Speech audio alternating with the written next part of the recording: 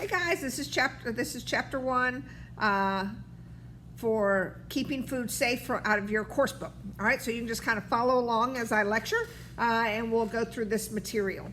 So we want to identify what a foodborne illness is, the challenges to food safety, cost of foodborne illness, and the contaminants that can make food unsafe. Identify how food becomes unsafe. Food most likely to become unsafe, so you're going to see the different kind of foods that will.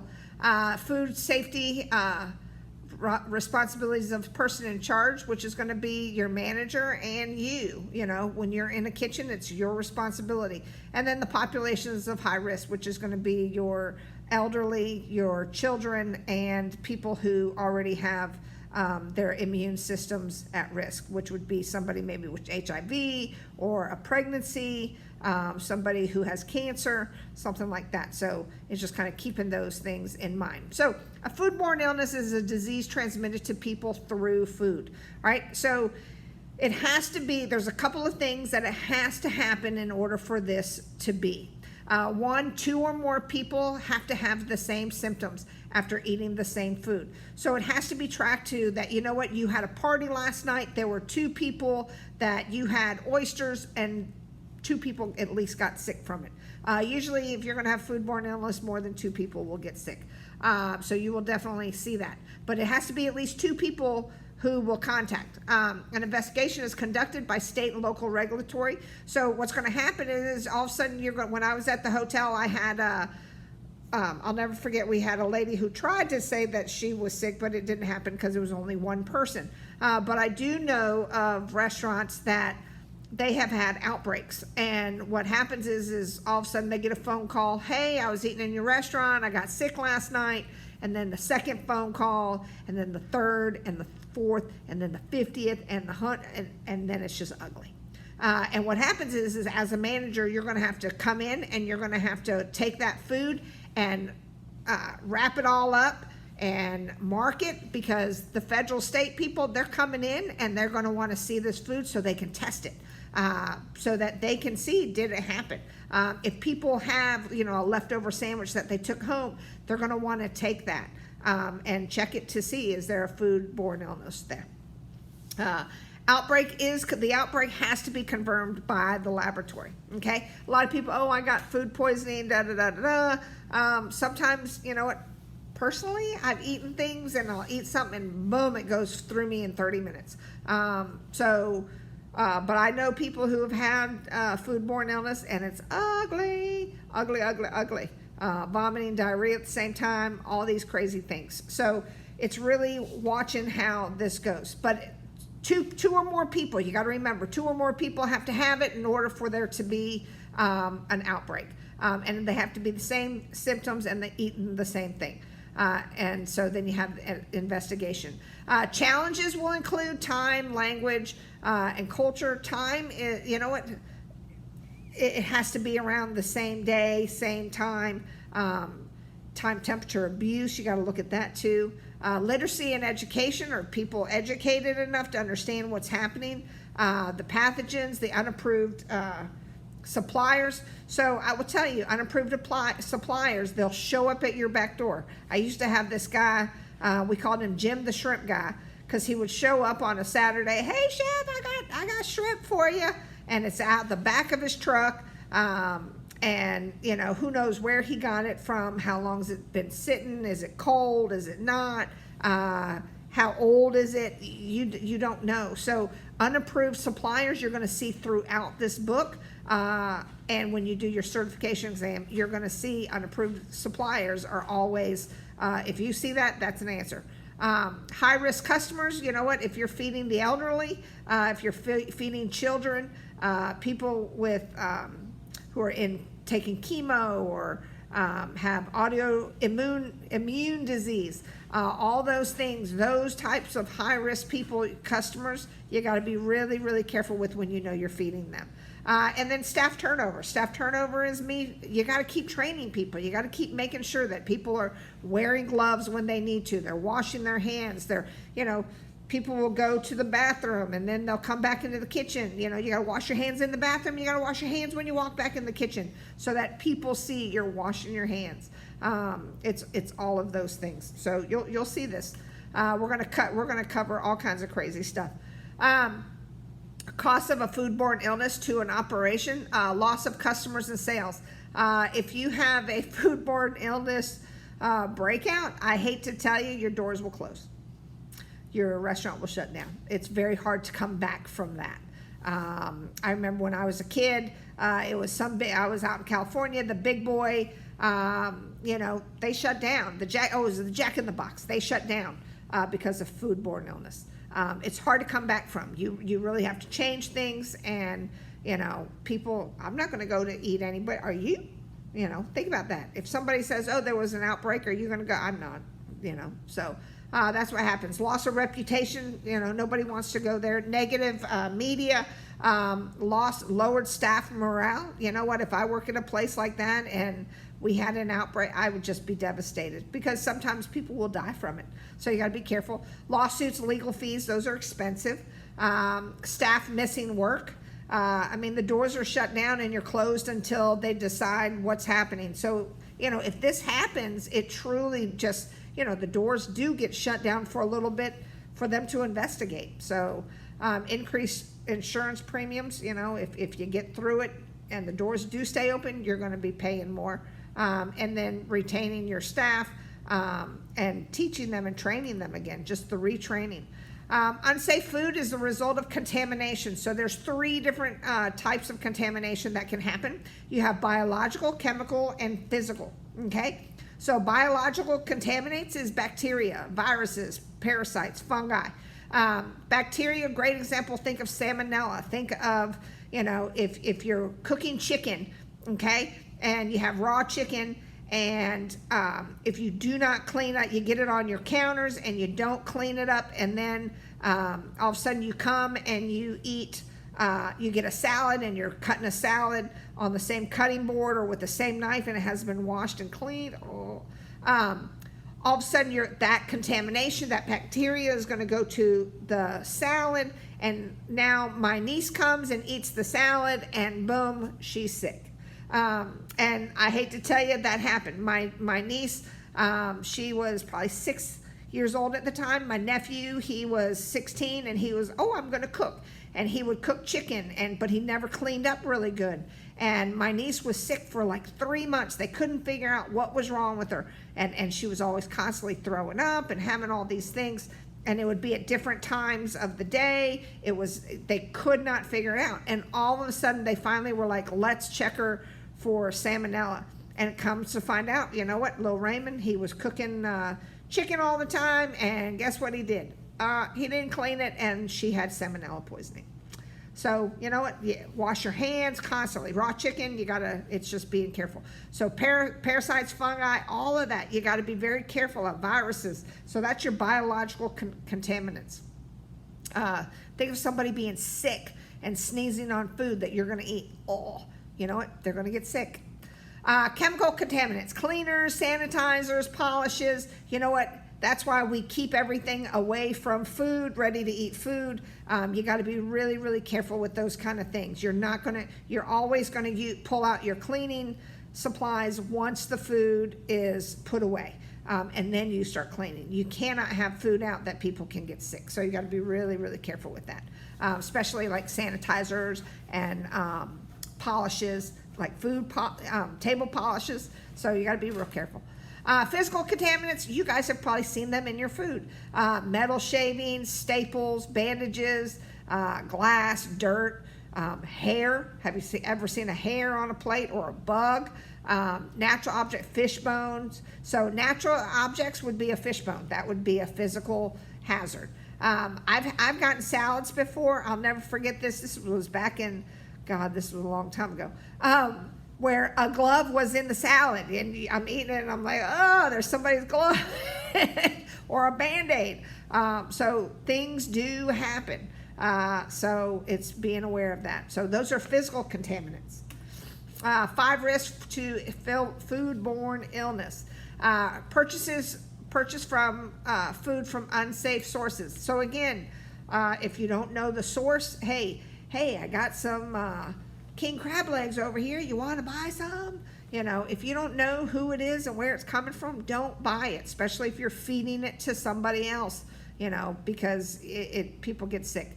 Failing to cook food correctly. So great example, chicken again. Chicken is, you got to cook it to 165 degrees for it to kill that salmonella. If you are not cooking it to the proper temperature, guess what? People get sick eating raw food. So you got to be really, really careful. So you'll learn temperatures while you're here. Fish, 145 degrees for some fish. So it's really kind of looking at that. Holding food at incorrect temperatures. So let's say I make a lasagna. All right, and I cook a lasagna today, and we eat dinner, and everything's great, and then I wrap it up, and I put it in the cooler, and I pull it out tomorrow, and I cook it for dinner tomorrow. Again, tomorrow, I need to cook it to 165, 170 degrees to kill any foodborne, you know, bacteria. So I gotta kill it. So I gotta reheat it to a set temperature so that I'm killing any bacteria. So you gotta be aware of that. You can only hold food for so long. We'll learn that, and you'll have to do it at certain temperatures. I'll teach you the temperature danger zone and all of that. Using contaminated equipment. So let's say I had my tongs and I was on the grill and I was grilling my raw chicken, right? And I go and I lay it down and somebody comes right behind me. I'm not around to go, no, don't use that. And they take those tongs and they use it to make a salad. And boom, what did we just do? We just cross-contaminated using equipment. So you got to be very, very careful with those things. And then practicing poor personal hygiene. You know what? How many people cook and they're scratching their face, or they're scratching their head, or scratching their ass? You know, those things happen. Picking your face or licking your fingers. Those things happen. You got to wash your hands. You got to constantly be aware of hands. Everybody is so unaware of their hands. That's why I'm always wearing gloves. I'm always washing my hands. But you got to become very aware of those things.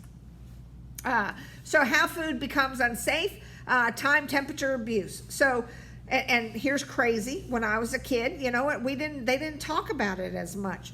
And I can't tell you how many picnics I went to, and they had that potato salad or that egg salad that sat out in the sun for hours and hours and hours. And people would eat that. People would get drunk and they'd eat it. And you know what? They didn't necessarily get sick, or did they? Thought it was from the alcohol, and it wasn't. Time, temperature abuse. After 4 hours at a set temperature, it's got to be put back into a refrigerator, whatever. You got to be careful. Cross-contamination. You know, I cut myself on lettuce. I just cross-contaminated a pathogen. So you got to be really, really careful with that. You got to be really careful with, you know, raw chicken over your lettuce or your cheese. I'm going to eat raw cheese, and now I got raw chicken, beef, you know, any kind of thing like that. That's cross-contamination. Personal poor hygiene, touching your body, and then cooking, not washing your hands. Sneezing into your hand. Guess what? And then I go cook. You don't want to eat it, right? No, I don't want to either. Poor cleaning, sanitation. You gotta use wash, and then you gotta soap and water, and then you gotta use sanitizer to sanitize. You know, some people will take a paper towel and wipe it down, and that's good. No, it's not. People get sick from that, okay? Because you're not getting the surfaces clean. So time, temperature abuse, when foods are stayed too long in a set temperature, and the pathogens will grow. You know, so you'll see when I teach you the temperatures, you'll see it. Food has been, time, temperature, and abuse has been held at incorrect temperature. It's not cooked or reheated enough to kill the pathogens, or that it's not cooled correctly. A lot of people want to pull something out of the oven and throw it into the cooler. Doesn't necessarily help it enough. You got to vent it. You know, if I give you a big, so I got a Lexan, there we go. That's about this big, that's full of stock. It's about 40 gallons, and I drain my stock pot. and then I put on the lid and I put it in my walk-in cooler overnight. And you'll come back and it'll still be warm because it hasn't been able to vent. It's got to vent. That's where it's not cooled properly. All right, so you want it to get to a set temperature very, very quickly. So, you know, you'll see ice wands used. I'm not a big fan of them. They're plastic. People fill them up with too much water. What happens? You put it in, crack, and now I'm releasing water into my soup or my stock, whatever it is. So it's just kind of being aware of those things. But cooling correctly, you got to cool something correctly. All right? Cross-contamination pathogens are transferred from one surface to another. I talked about that. Contaminated ingredients are added to food that receives no further cooking. So anything that doesn't receive any further cooking is going to be ready to eat foods. Okay? So that means if, let's say I roast a chicken and now I'm going to carve my chicken, that's ready to eat. Okay? It doesn't need any more cooking, anything. That's ready to eat. I got to wear gloves. If I am using butter and I'm piping butter on a plate, okay, so that people can use that with their bread at the table, guess what? That's ready to eat. I got to wear gloves. You know, cheeses, ready to eat. Fruit, ready to eat. There's nothing that's happening to it. Ready to eat. A burger that I just cooked, that I'm putting it on the bun. Guess what? I need to be wearing gloves. It's ready to eat. No other. So that's what I mean by ready. It can be hot or cold. Contaminant food touches or drips onto cooked or ready to eat food. So you got to make sure. I'm going to teach you about the storing, especially using speed racks, and then food handlers using their bare hands. You always got to wear your gloves, or contaminated wipes or towels. I can't tell you how many times I have had cooks, students, they have a side towel and they're wiping everything down, right?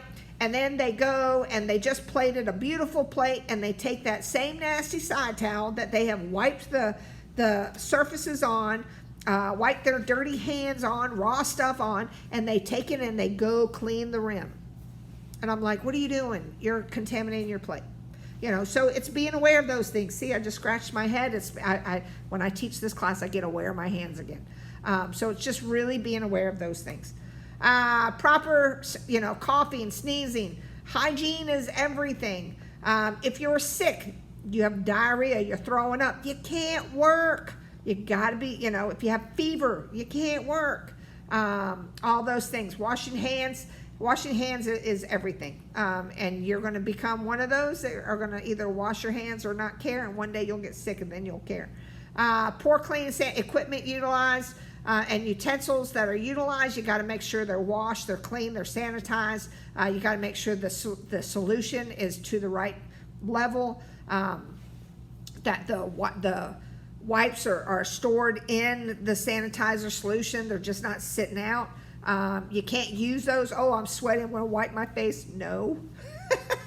People do crazy stuff. Trust me. 2 types of foods that are most likely to become unsafe. So you have your time temperature control and your ready to eat food. Time temperature control, your TCS food.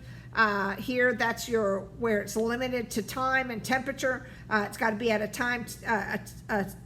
It can be at a time for so long, all right, but it has to be at a set temperature too. So it's kind of knowing the time and temperature. I'll teach you that later on. We'll hit those in a couple of chapters because you don't want to grow the bacteria. So some of those foods, you got milk and dairy, you got eggs, you got beef, poultry. Poultry's huge. Fish, shellfish, all of that. You got shellfish, fish. You got to start worrying about allergies. People, let's say I fry shrimp where I just fried the French fries. Guess what? I just contaminated the oil. People don't even think of those things. So you got to be careful with that. Potatoes, hot potatoes, those are time temperature control. Rice, think of it's sitting and it has a lot of heat to it. Tofu, soybean, you got to be careful with all of that stuff. Fruits, vegetables, cantaloupe, the rind, there's dirt, there can be, it could be contaminated. You cut that off and, you're cutting, now it's getting on your board. Leaf, lettuce, tomatoes, fruits, vegetables, all of that. And then you also have oils and vinegars. Vinegars not so much because of the acidity, but the oil, yes, especially if it gets rancid, if it gets something into it. So you got to be real careful with that. Ready to eat food is food that can be eaten without any further preparation, cooking, or washing. Ready to eat foods, cooked food, washed fruits, deli meats, bakery items, sugar, spices, all those things. All right, so your high risk population is going to be your preschool age children, elderly, and people with compromised immune systems. You'll need to know it. It will be on your certification exam. I promise you that. Persons in charge, they need to be certified. You need to get ServSafe certified. And today it's becoming a requirement for most jobs in the restaurant food industry, hotels, all of that. Somebody needs to have a certification, at least one, if not a lot. Usually, I know a lot of places are trying to get their whole team to. You want to complete and pass. The CDC study suggests that it reduces the risk of foodborne illness, was a distinguishing factor between restaurants that experience an outbreak and those that don't. So the CDC, they want certified food protection managers. And that's what you guys are taking. At the end of this, you guys will take the certification exam that will certify you. And you got to pass with a 75 and go from there. So focus on these measures, purchasing from approved, reputable suppliers. You're not going to just have somebody, hey, I picked some figs off my tree and now I'm selling it. No, we don't buy those. Controlling time and temperature abuse, you're going to be doing the HACCP. I'll teach you all that. You're going to learn your temperature danger zone. I'm going to teach you that. Preventing cross-contamination, and that's the biggest thing. You know what? And why do 90% of the foodborne illness and all of that happen is from personal hygiene. Unfortunately, it's from people who, they don't have good hygiene, and they don't worry about other people. And you have to worry about other people who are going to eat behind you. You just have to. That's our industry, okay? And then cleaning and sanitizing. So if you look at this chapter, that's pretty much chapter 1. That's one in a nutshell. So at the end of this chapter, do the questions in there, all right, and test your knowledge, okay? So see what you got. All right, talk to you soon. Bye.